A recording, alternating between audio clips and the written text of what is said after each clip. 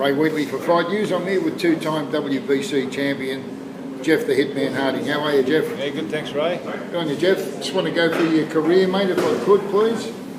Jeff, you started boxing in 1985, is that correct? 86. 86, now 40 amateur fights? I started boxing, yeah, 1982. 1982, okay, as a 19-year-old. Now, you had 40 fights as an amateur, 39 wins, 31 KOs? I had 38 wins. 38 wins, okay, Yeah. mate. Your biggest win, one of your biggest wins was Damien Skara, right? That's right, he was the world Yugoslav amateur champion. Back then it was Yugoslavia, now it's Croatia. In 86 you won the silver medal at the Commonwealth Games in Edinburgh. That's right. Mate, in 1986 you turned professional against Tommy Roberts, stopped him in 4 rounds. Next up was Emmanuel Lotti, who you stopped in 5 rounds. Following fight was Matt Valou, you stopped him in 2 rounds. Fight after that was also in 2 rounds against Johnny Tapau. Luke Sugar Joel went 2 rounds. Moses Villiam went 2 rounds. In 1987, Apollo Sweet, who became the Commonwealth Cruiserweight champ, he took you the 10-round distance.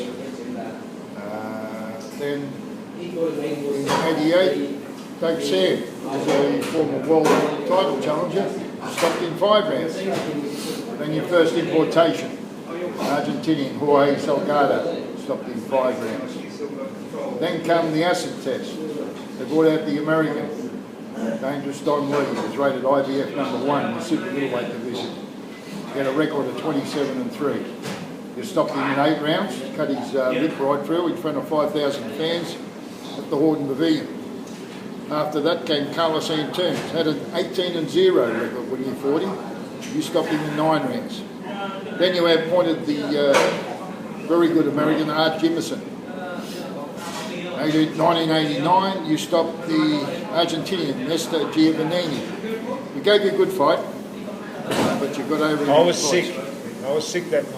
I remember that, yeah. Because you did fight him again. I did no disrespect to Nestor, but I was sick, and the story speaks for itself because I fought Giovannini for challenging my world title, and left hook.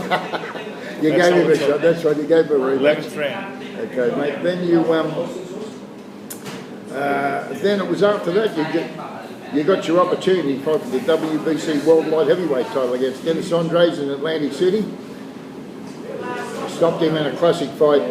Tell me about that fight and the circumstances surrounding that fight. Well, you know, Crocodile Dundee was a box office hit in the States at the time. Lalonde pulled out.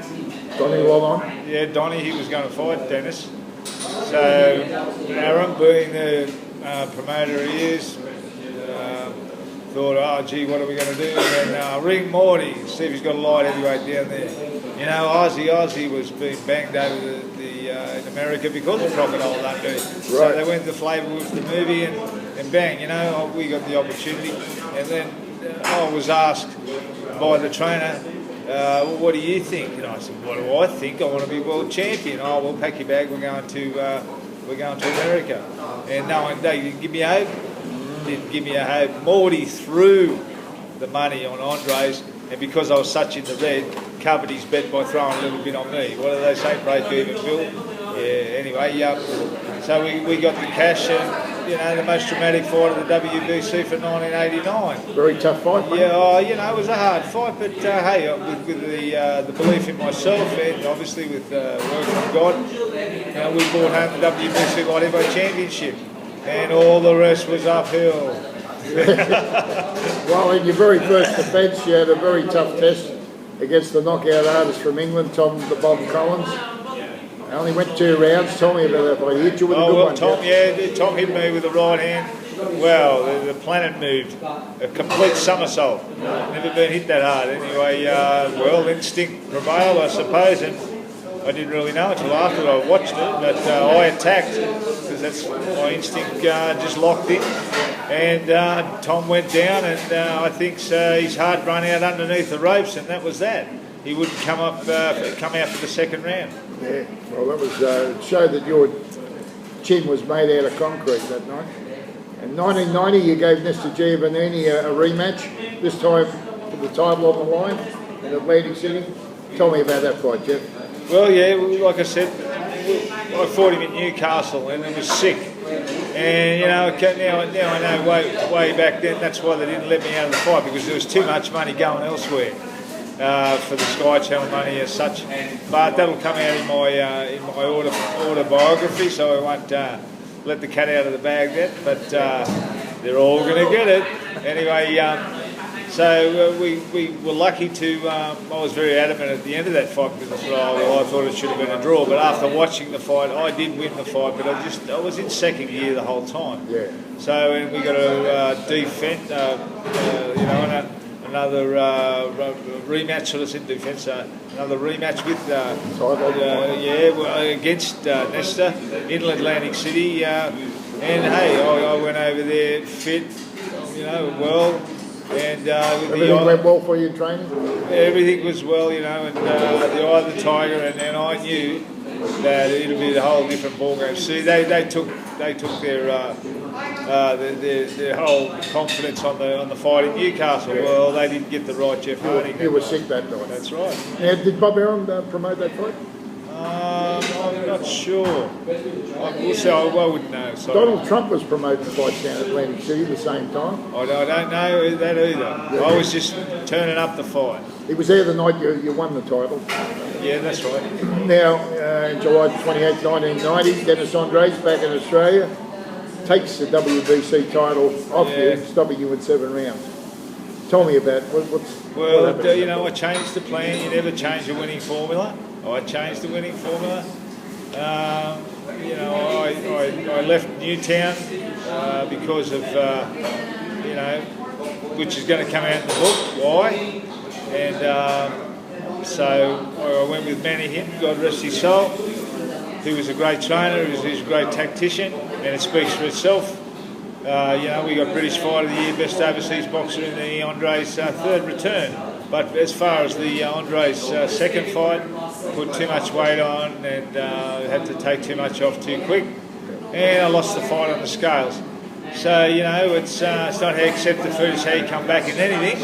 And, you know, we just looked at ourselves and our team and said, all right, yeah, well, that'll be, that was the fuel for my fight, because I knew that everyone would have thought, oh, Andres took Harding light the first time he got his right whack the second time. Yeah, they didn't know nothing. It was Jeff Harding that beat Jeff Harding. So I went over there and I proved to myself, not only that, to the world, to leave a standing, eternal boxing history record in this country that still stands, Ray Wheatley. And, you know, so it speaks for itself. That the training was just... How much weight did you have to lose? Oh, 6 pounds the day before. You got it off? Yeah, in the sauna. Yeah. Just unnaturally. It was just too much. Mate, then you fought Americans, Stacey McSwain, which you stopped in 3 rounds. David Vedder, you outpointed over 10. And Bobby Jennings, you stopped him in 7 rounds. And then you got the rubber match with Dennis Andres in London, England. Tell me about that fight. Well, it took a year to get him there, but finally got him to the post. And like, you know, the only thing that changed for that was doing 400-metre sprints. You know, I read a thing with Michael Spinks doing it with when he fought Larry Holmes. And, you know, I thought, yeah, well, you know... You hadn't done it previously? Never done it before. And, you know, hey, I know, put the gas in the tank, on top of the tank. Yeah, that's for sure. They're the fuel for the fire of any, you know, high-intense sport as far as cardio and boxing, you know. The 400s. Was your idea to do it? Yeah, more or less. More or less, yeah. More or less. Just through reading that article of Michael, because Michael's a big fan of mine. You know, so yeah, I got a nice photo with Michael in Atlantic City. I gave him a coup rat. Did you? I love that. I love that. Okay, mate, then in 1992, you travelled to France, Paris, France, and stopped their hero, Christophe Tiozzo, in 8 rounds with a perfect left hook on the chin. Tell me about that fight. Yeah, well, first we went over there, when they came out, the TF1 television from France to do a documentary on who was Jeff Harding. Well, I was 97 kilo, wasn't I? And then the light heavyweight division 79.3. Well, I was Humpty Dumpty. And I could just see the way the French were looking at me, thinking, oh, this will be a picnic.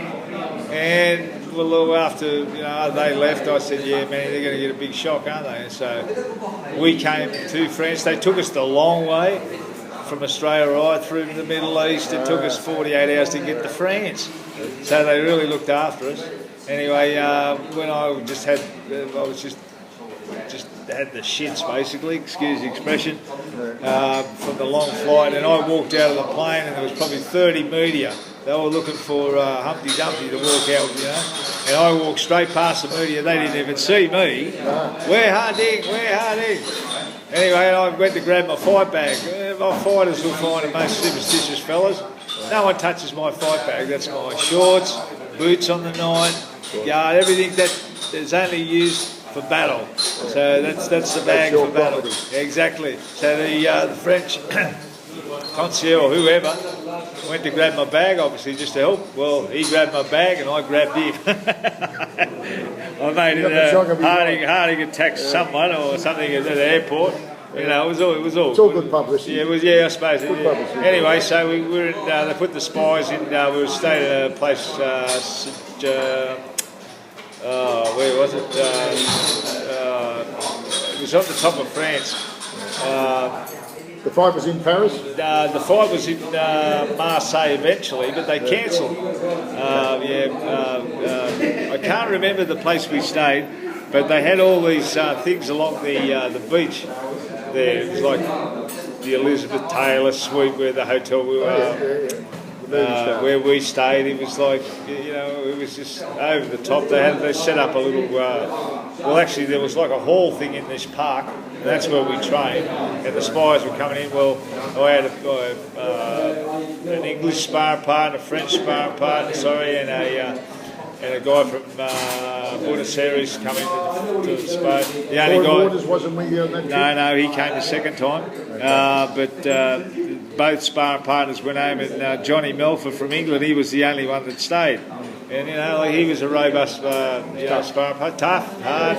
Yeah, Johnny was a good, very good help. Johnny Melfer. It was his name. Yeah. He was a journeyman fella, but a very, very good, durable. Good work, He was fantastic, and he helped me. Got you in good shape. He helped me good, yeah.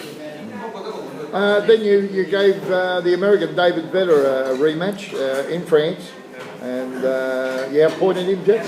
Yeah, they did some funny things to me. That was the last time I ever was world champ. There was some funny things going on there. They switched the gloves, and during that fight. Yeah, well, I signed for the Rays. I'm a puncher, Hey, you don't give the name Hitman for nothing, like as if you go to the workshop, you want to take your own tool set. And did you hit the fight in the race? No, I had to fight in this Grand Walter, and they just weren't the same. It was more a mind thing than anything.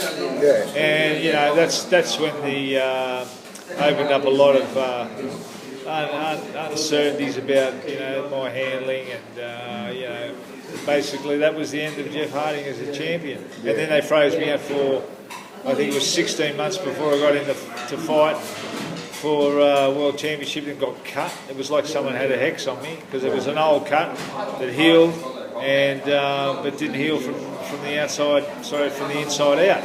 Yeah. And when it cut, it just split and just. It oozed with basically water, and we had to get that stitched. They wouldn't let us fight, so they sent us home. So that was another 3 months, nearly 4 months, until we got to the post. And I was going to fight a bloke called Randall Yonker, who was tailor-made for me. He was my rabbit, so to speak, And McCallum was just sitting on the fence, waiting to see who won, and he got Randall Yonker. I knew this guy was tailor-made for me, because he turned up at the weigh-in with a Walkman on. You could have heard him as